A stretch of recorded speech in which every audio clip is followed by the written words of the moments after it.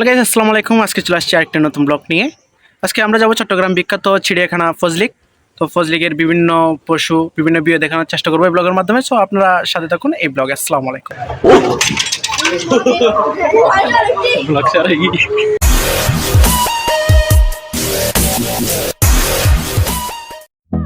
শুরুতেই ইন্ট্রোতে বলে দিয়েছি আজকের ব্লগ কোথায় হচ্ছে।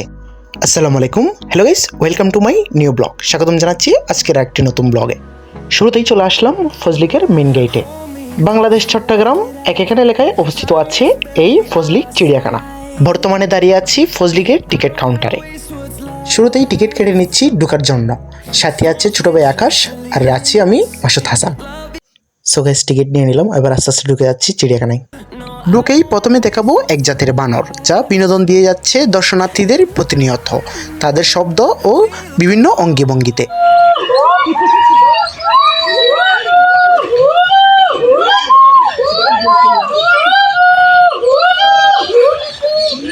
আরো বিভিন্নভাবে সার্কেস দেখিয়ে মজা দেয় এই বানরগুলা। সো গাইস, পশুদের প্রত্যেকটা কাছার নেম প্লেট দেখাবো আমি, আপনারা এখান থেকে পড়ে নিতে পারবেন। ফার্স্ট টাইম দেখলেই মনে হবে কোনো আরবিয়ান উটের বাচ্চা, কিন্তু তার বৈজ্ঞানিক নাম লামা। এই প্রাণীগুলো দেখতে অনেক সুন্দর, ঠিক দেখতে একদম উটের মতো হলেও অন্যরকম একটা সৌন্দর্য আছে এই প্রাণীর মধ্যে।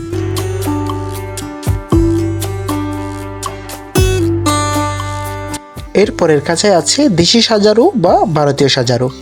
সো গাইস, এই প্রাণীটা মূলত পাহাড়ি জঙ্গলে দেখা যায়। আজকে সচক্ষে দেখলাম এখানে। প্রথমে ভাবতাম এটা মোরগের মতো, এটা মোটো মোরগের মতো না, এটা একটা বড় ধরনের ইঁদুরের মতো, সারা গায়ে আছে কাটা। এর নাম বেগুনি কালেম পাখি। দেখতে বগের মতো হলেও এই পাখিটির জাতি হচ্ছে বক, যার গায়ের কালার হয়ে থাকে বেগুনি বা ব্লু। কাকদনেশ, দেখতে মাছরাঙ্গার মতো হলেও সাইজে অনেক বিশাল বড় এই পাখিটি।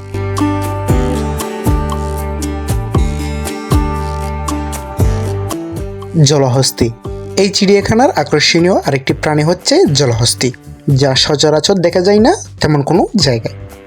সবাই চিনেন এই প্রাণীটিকে। হাতির সাইজ বা গন্ডারের মতো দেখতে হলেও এর নাম জলহস্তি, যার বসবাস পানিতে। এরপরে চলে আসলাম সবারই জনপ্রিয় নাম বাঘ। এইবার আছি আমরা বাঘের খাঁচায়। দাড়িকাটা রয়্যাল বেঙ্গল টাইগারের অভাব নাই বললেই চলবে এই চিড়িয়াখানায়। খাঁচায় থাকার পরও থাবা দিয়ে যাচ্ছে মানুষজনকে। এতগুলো মানুষকে মানুষই মনে করছে না এই বাঘ, কারণ তার নামেই হচ্ছে বাঘ।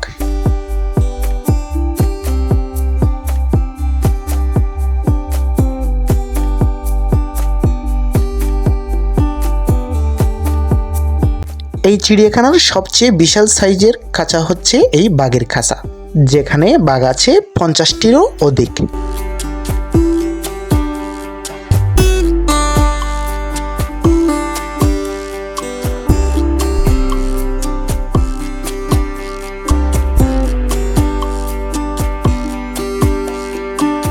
এরপরে আসছে সবারই সুপরিচিত হরিণ।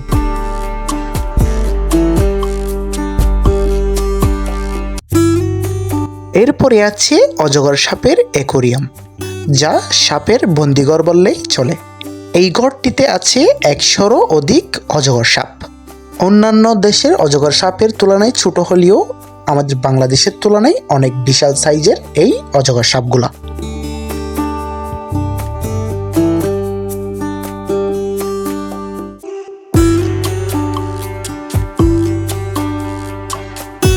এই এক খাঁচাতে আছে 3 জাতের হিংস্র পাখি, 2 জাতের ঈগল ও 1 জাতের চিল।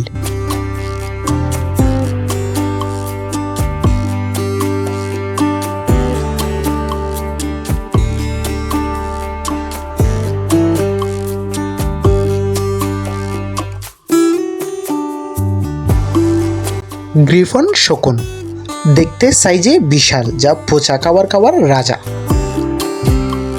ব্লু গোল্ড মেকাও, টিয়া পাখির জাতের এই বিশাল সাইজের টিয়া।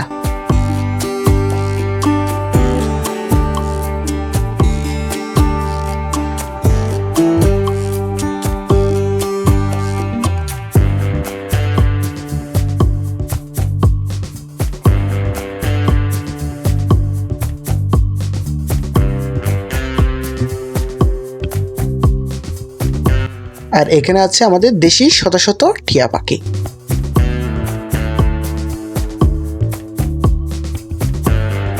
আর এই বিশাল সাইজের খাঁচায় আছে বিভিন্ন নানান জাতের দেশীয় পাখি।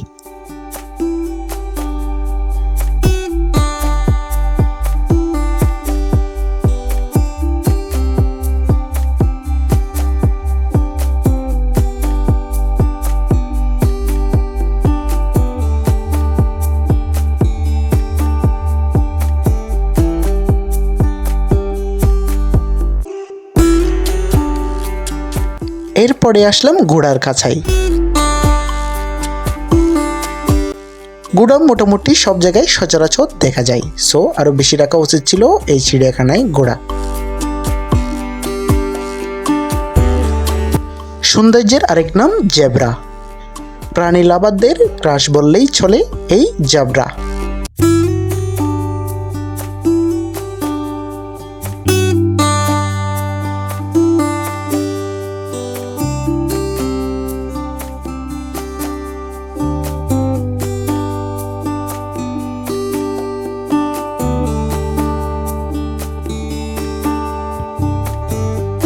ভিডিওর শুরুতেই যে বানর চিল্লাচিল্লি করেছিল, এই হলো সেই বানর।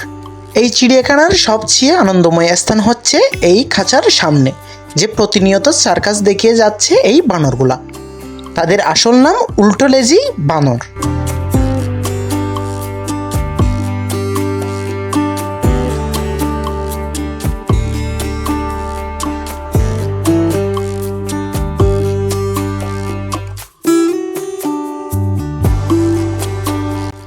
মায়া হরিণ।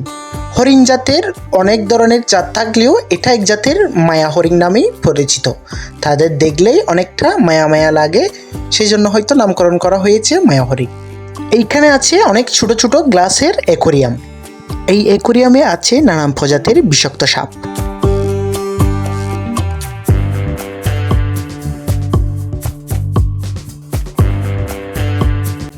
এটি হচ্ছে গন্ধগোকুল।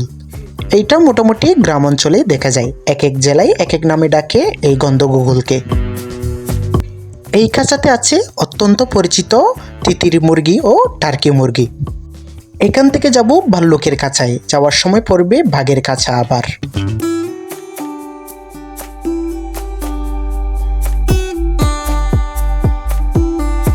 এই হলো সেই ভাল্লুক।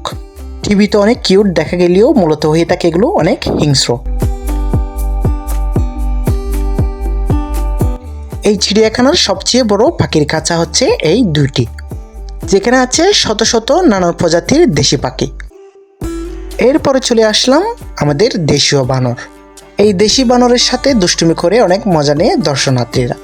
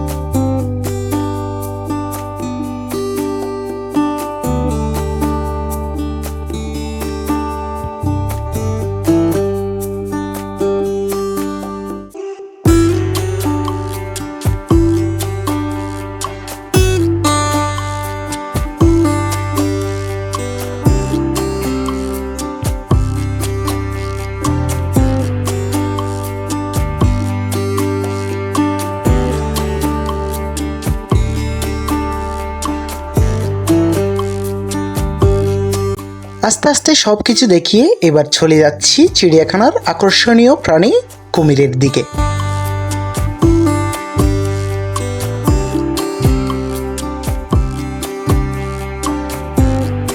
এগুলো হচ্ছে পাহাড়ের বড় জাতের হরিণ, যা সাইজে গরুর চেয়ে অধিক বড় হয়ে থাকে। অবশেষে চলে আসলাম সেই খাঁচা ও পুষ্করিণীর সামনে, যেখানে আছে কুমির। আমি জুম করে দেখিয়ে দিচ্ছি বিশাল এক কুমির।